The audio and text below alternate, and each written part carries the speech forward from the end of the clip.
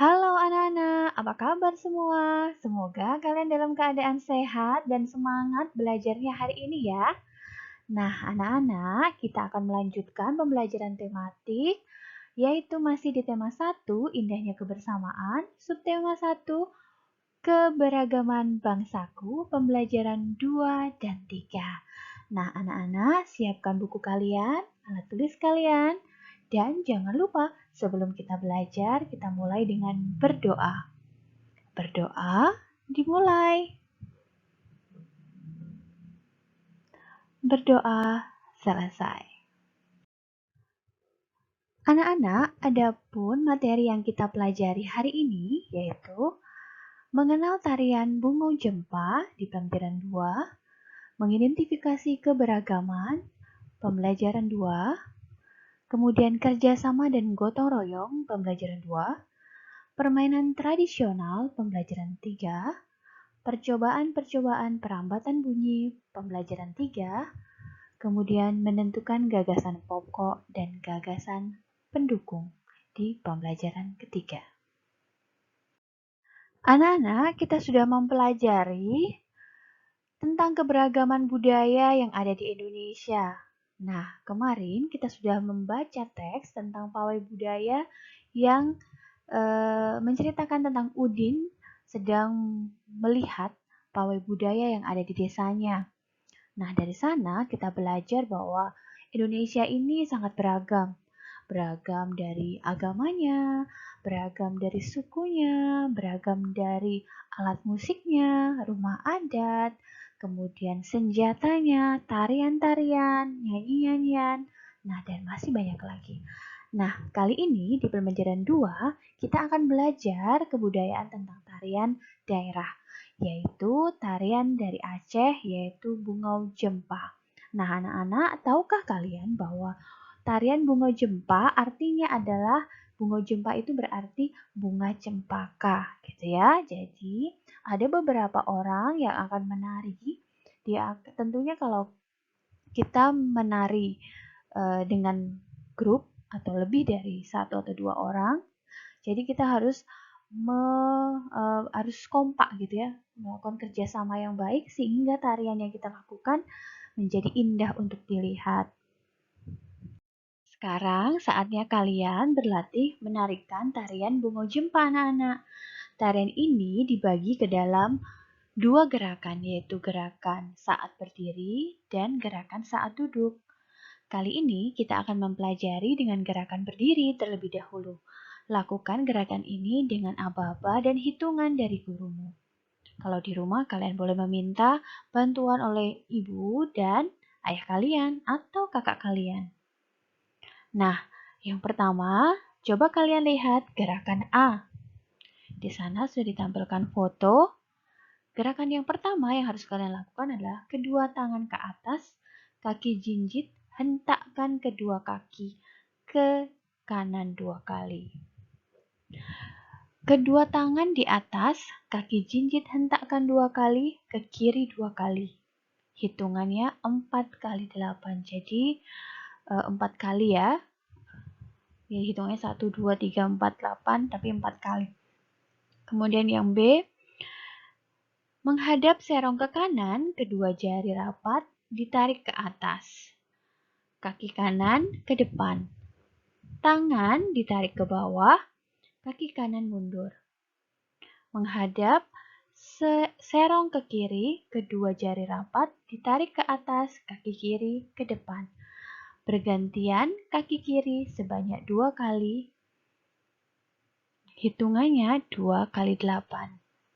Ya, gerakan C, menghadap serong ke kanan, kedua jari rapat ditarik ke atas, kaki kanan ke depan, tangan ditarik ke bawah, kaki kanan mundur, menghadap serong ke kiri, jari kedua tangan dirapatkan, lalu ditarik ke atas, kaki kiri melangkah ke depan, bergantian kanan, kiri, masing-masing sebanyak 2 kali, hitungan 2 kali 8. Gerakan yang D, kedua telapak tangan disilang berhadapan, dibalik ke kanan dan ke kiri bergantian, kaki berjalan di tempat sambil diayun, hitungannya 4 kali 8. Gerakan E, yaitu gerakan terakhir, kedua tangan memegang bahu dengan didorong ke depan, tangan lurus, jari tangan mengarah ke atas.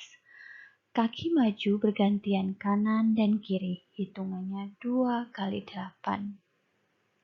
Nah, perhatikanlah diskusi. Pak Sami, Pak Encep, Pak Made, Pak Udin, dan Pak Nur tinggal di kampung Babakan.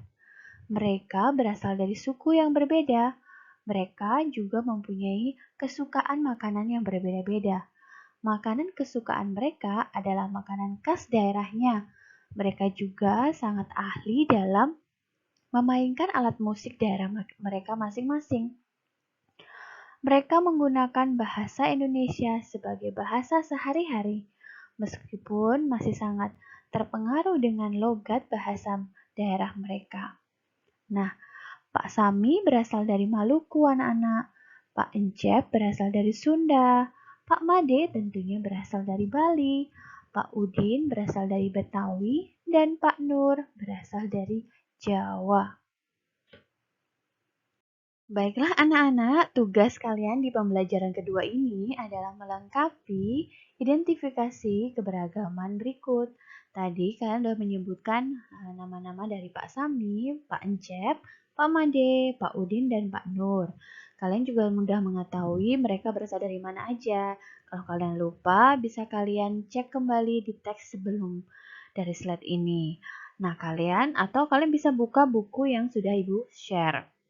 Nah, kalian bisa melengkapi bahasanya, makanan, alat musik, pakaian daerah, tarian. Kalian bisa cari di Google atau bertanya kepada orang tua kalian. Nah, tugas ini nanti dikumpul bersamaan dengan tugas yang lagi satu. Nah, ini masih tugas satu. Ada 2 tugas yang akan Ibu berikan. Kalian tulis di buku tugas, kemudian kalian foto, kalian kirim ke WA pribadi Ibu. Anak-anak, tadi kan sudah membaca bahwa ada Pak Sami, Pak Udin, Pak Made, Pak Encep, dan Pak Nur itu berasal dari tempat yang berbeda, tetapi mereka tinggal di Kampung Babakan, di mana di Kampung Babakan ini mereka juga bergotong royong. Kerjasama adalah hal yang paling penting untuk membuat kita selalu rukun dengan tetangga, dengan orang lain. Kalau kita sudah hidup rukun bertetangga, maka hidup kita akan nyaman dan tentram. Nah, anak-anak, coba marilah kita baca teks tentang siap menghadapi musim hujan. Musim hujan hampir tiba. Warga desa Kampung Babakan berdiskusi untuk melakukan kerja bakti. Mereka berencana membersihkan selokan. Mereka sepakat ketika selokan bersih, warga tidak akan kebanjiran. Itu paragraf pertama ya, Nak ya. Yang kedua, pagi itu semua warga terlihat sangat bersemangat membersihkan selokan. Pak Sami dan Pak Udin sibuk mengambil sampah yang ada di dalam selokan. Pak Made dan Pak Udin memastikan saluran selokan lancar. Pak Nur mengambil sampah-sampah dan meletakkannya di gerobak sampah. Paragraf ketiga, setelah acara kerja bakti selesai, warga berkumpul untuk menikmati teh hangat dan pisang goreng. Makanan tersebut dimasak oleh warga ibu-ibu. Mereka senang karena selokan desa sudah bersih. Kini mereka siap menghadapi musim hujan.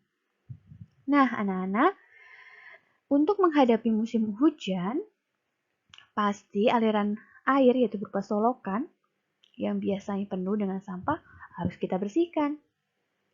Nah, kalau kita bersihkannya sendiri pasti terasa amat berat dan lama selesainya. Jadi kita perlu bantuan orang lain.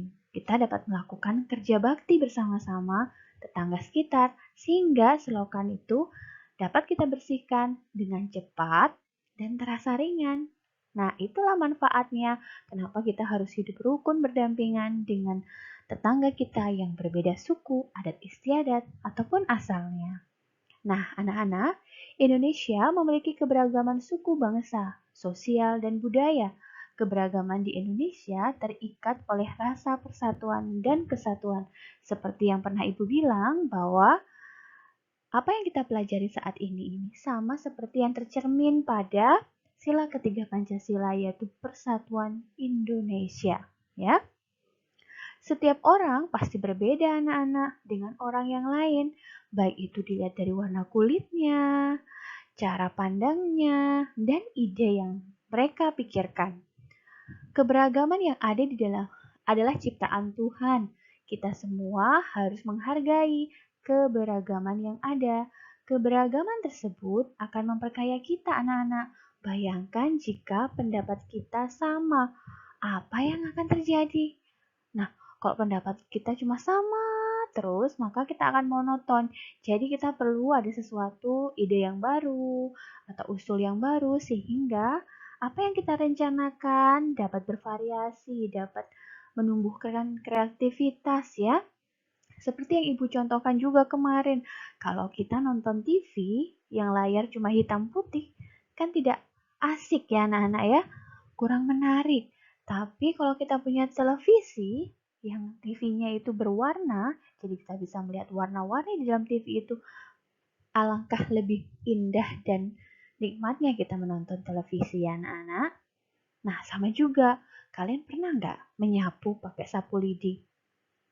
Coba Ibu tanya sama kalian, apakah kalian bisa menyapu dengan satu batang sapu lidi? Ya, nggak bisa ya kalau kita menyapu menggunakan satu batang saja. Jadi kita perlu berpuluh-puluh batang yang kita ikat jadi satu, barulah kita gunakan untuk menyapu. Nah, dengan kumpulan batang sapu inilah kita bisa melakukan aktivitas. Kalau kita menggunakan satu saja tidak bisa melakukan aktivitas. Nah, artinya kita perlu persatuan anak-anak untuk bisa melakukan banyak kegiatan yang lebih luar biasa. Nah, anak-anak untuk memperlancar kalian menentukan gagasan pokok dan gagasan pendukung, coba kalian baca lagi paragraf yang berjudul Siap Menghadapi Musim Hujan. Nah, di sana ada 3 paragraf. Tugas kalian masih sama seperti kemarin, yaitu menentukan gagasan pokok dan gagasan pendukung. Kalian tulis mana yang gagasan pokok di paragraf 1, 2, dan 3, dan mana yang termasuk gagasan pendukung. Nah, sama, nanti kalian foto, kalian kirim ke ibu. Jadi ini adalah tugas kedua. Tugasnya hanya 2. Tadi yang pertama melengkapi tabel, yang kedua adalah menentukan gagasan pokok dan gagasan pendukung. Nah, anak-anak, selain kita mempelajari tentang tarian tradisional, kita juga memiliki permainan tradisional anak-anak. Nah, apakah kalian tahu atau pernah lihat atau pernah memainkannya permainan-permainan tradisional? Nah, kalian pernah lompat tali, kemudian gobak sodor, benteng-bentengan, ya kan? Itu termasuk permainan tradisional.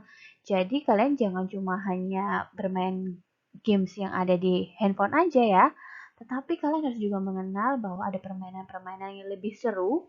Kenapa Ibu Guru bilang seru? Karena tubuh kalian diajak untuk bergerak seluruhnya. Kalau kalian main game, hanya jempol kalian yang bergerak, tetapi badan kalian masih tetap stay atau diam saja. Jadi kalau permainan tradisional, kalian bisa bermain dengan menggerakkan seluruh tubuh kalian. Nah, permainan ini juga nggak bisa dilakukan sendiri anak-anak. Kalian harus bermainkannya dengan teman-teman yang lain. Semakin banyak teman kalian, bahwa kalian juga berarti harus belajar kerjasama, belajar sportif gitu ya. Di sana kita akan belajar banyak hal yang menarik dari permainan tradisional ini. Nah, sekarang Ibu akan tunjukkan 2 permainan tradisional, yaitu benteng-bentengan dan gobak sodor. Nah, anak-anak, benteng-bentengan atau biasanya atau di daerah lain yang disebut dengan rerebonan adalah permainan yang dimainkan oleh 2 kelompok, penawan dan tertawan. Masing-masing kelompok terdiri atas 4-8 orang dan memiliki satu tempat sebagai markas. Markas atau benteng bisa merupakan sebuah tiang, pohon, atau pilar. Sedangkan gobak sodor, peranan gobak sodor atau gala asin atau galasin dilakukan di lapangan. Arena permainannya merupakan kotak persegi panjang yang dibagi menjadi beberapa bagian secara horizontal dan vertikal.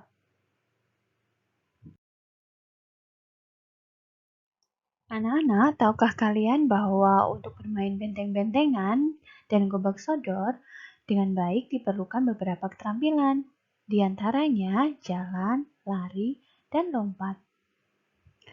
Perhatikan penjelasan dan cara gurumu memperagakan teknik berjalan, berlari, melompat yang baik agar kamu dapat bermain dengan baik. Nah, anak-anak, kalian bisa praktekkan bermain gobak sodor ini dan benteng-bentengan di rumah bersama teman-teman kalian ya. Tapi ingat, kalian tetap harus menjaga atau mematuhi prokes seperti memakai masker, jaga jarak, dan tentunya mencuci tangan setelah main dan sesudah main ya. Nah, marilah kita berdiskusi anak-anak. Tuliskan pengalamanmu saat mencoba salah satu permainan tradisional. Diskusikan jawabanmu dengan jawaban teman sekelompokmu. Atau ini bisa kalian jawab sendiri sih sebenarnya, cuman ibu akan memberikan alternatif jawaban. Apa yang membuat kamu tertarik dengan kedua permainan tradisional tersebut? Ya, kemungkinan jawabannya karena asik bermain bersama teman-teman. Karena kalau semakin banyak teman yang kita ajak bermain, maka semakin seru. Nomor 2, bagaimana aturan permainan tradisional tersebut? Ya, kita mempunyai aturan dalam bermain ya tentunya kita harus bagaimana caranya setiap tim itu menjaga atau menghalangi lawan agar tidak masuk ke wilayah yang kita miliki. Kemudian bagaimana strategi kelompokmu untuk dapat memenangkan permainan tersebut, yaitu kita harus kompak bekerja sama dalam tim agar musuh tidak masuk. Kemudian yang keempat, sikap apa yang sebaiknya kamu tunjukkan saat kelompokmu menang atau kalah dalam permainan. Jadi sikap yang kita harus tunjukkan ya kita tetap harus bekerja sama, kemudian kita harus sportif. Jadi kita harus menerima kekalahan. Kalau kita memang kalah, jangan menuduh orang lain untuk menyebutnya dia curang, ya tapi kita harus sportif ya, tidak boleh melakukan kecurangan. Kita harus jujur, walaupun dengan permainan tradisional. Nomor 5, hal baik apa yang dapat kamu pelajari dari permainan itu? Kita seharusnya bekerja sama dalam tim, kita tidak dapat bermain sendiri. Kita memerlukan bantuan orang lain, dari situ kita belajar kerjasama dan sportivitas. Tidak boleh sombong ketika menang, dan tidak boleh menuduh curang ketika kalah. Sebuah permainan pasti ada yang menang dan ada yang kalah. Anak-anak di Indonesia memiliki banyak permainan tradisional yang sangat menarik. Banyaknya jenis permainan tradisional ini menunjukkan keragaman budaya yang harus kita jaga.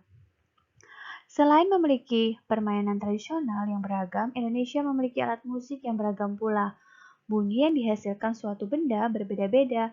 Demikian pula dengan bunyi yang dihasilkan oleh alat musik tradisional tersebut.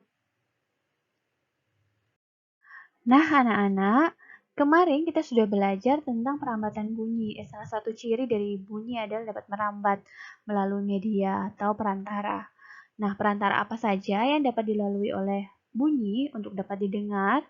Maka ada perantaranya yaitu ada benda gas, padat, dan cair. Nah, kita atau Ibu akan menampilkan percobaan 1, 2, dan 3, yaitu percobaan 1 tentang mengidentifikasi sifat bunyi yang merambat melalui udara.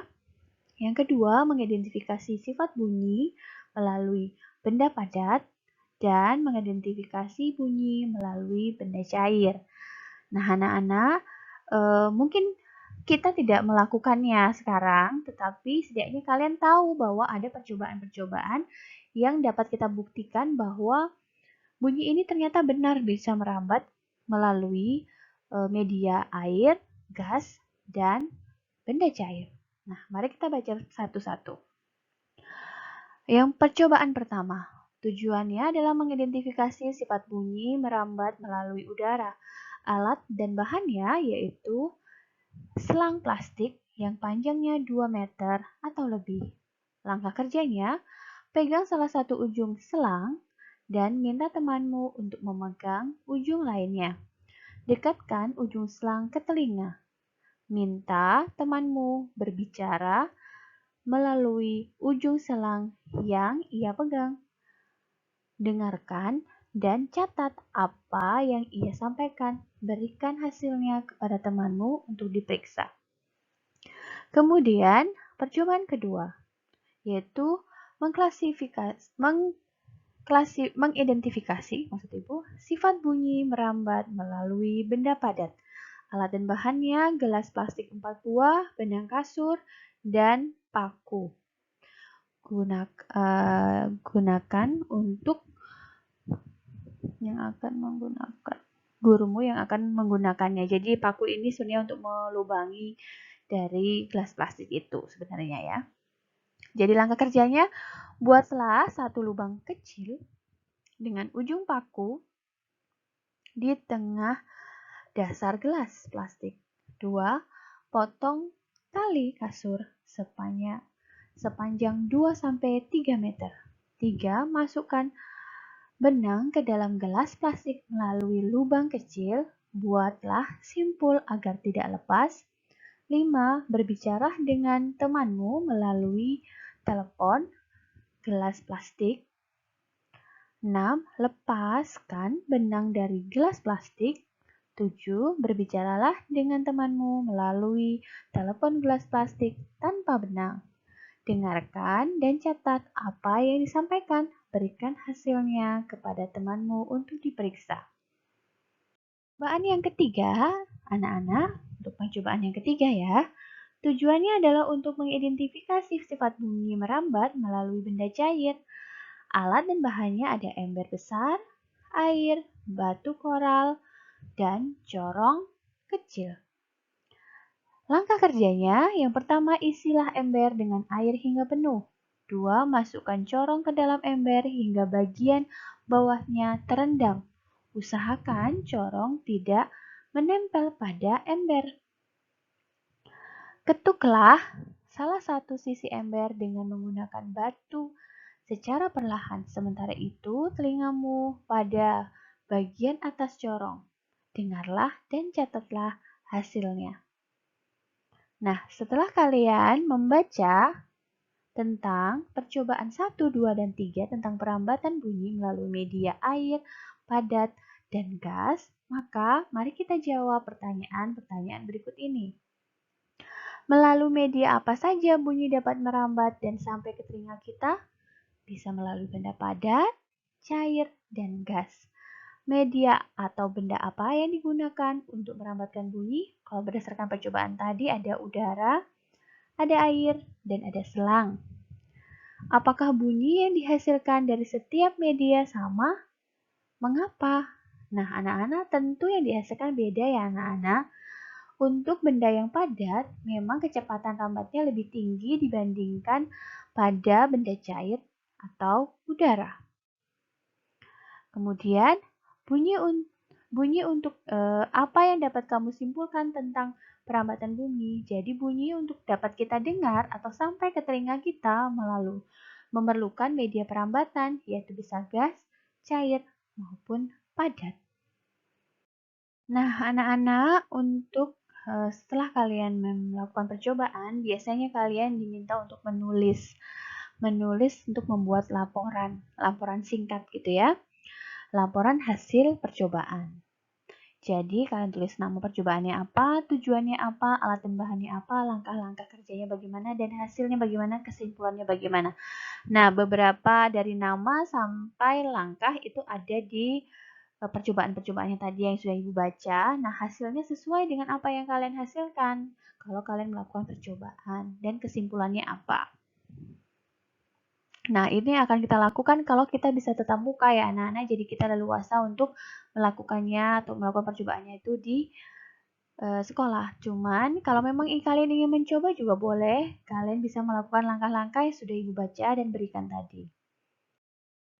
Baiklah anak-anak, untuk menguji atau Ibu Guru ingin tahu apakah kalian paham atau tidak dengan pembahasan yang sudah Ibu Guru berikan di pembelajaran 2 dan 3, maka hari ini Ibu berikan tugas, yaitu tugas hari Kamis 22 Juli 2021. Yang pertama, buku paket halaman 29, kalian tadi suruh melengkapi tabel di mana ada Bapak Udin, Bapak Made yang asalnya berbeda-beda, nanti kalian lengkapi berdasarkan asalnya. Kemudian 2, kalian menentukan gagasan pokok dan gagasan pendukung pada bacaan siap menghadapi musim hujan. Nah, kalian tulis di buku tugas kalian, kemudian kalian foto, kalian kirim ke WA pribadi Ibu paling lambat pukul 6 sore agar Ibu juga punya waktu untuk memeriksa. Nah, kemarin Ibu evaluasi ada beberapa sebagian besar, yaitu 30% dari jumlah kalian, ada yang belum kumpul. Ibu kurang tahu apa hambatannya atau apa alasannya kenapa tidak kumpul. Yang jelas Ibu akan mencatat semua siapa saja yang sudah kumpul dan apa yang tidak. Karena itu mempengaruhi pertimbangan Ibu juga dalam menilai kalian. Apakah kalian mampu memahami materi yang sudah disajikan apa belum. Nah, anak-anak, demikianlah video penjelasan pembelajaran 2 dan 3 di tema 1, subtema 1. Semoga dengan video ini dapat membantu kalian untuk memahami materi yang ada di buku. Nah, terima kasih atas waktunya. Sampai jumpa di video pembelajaran yang lainnya. Bye-bye.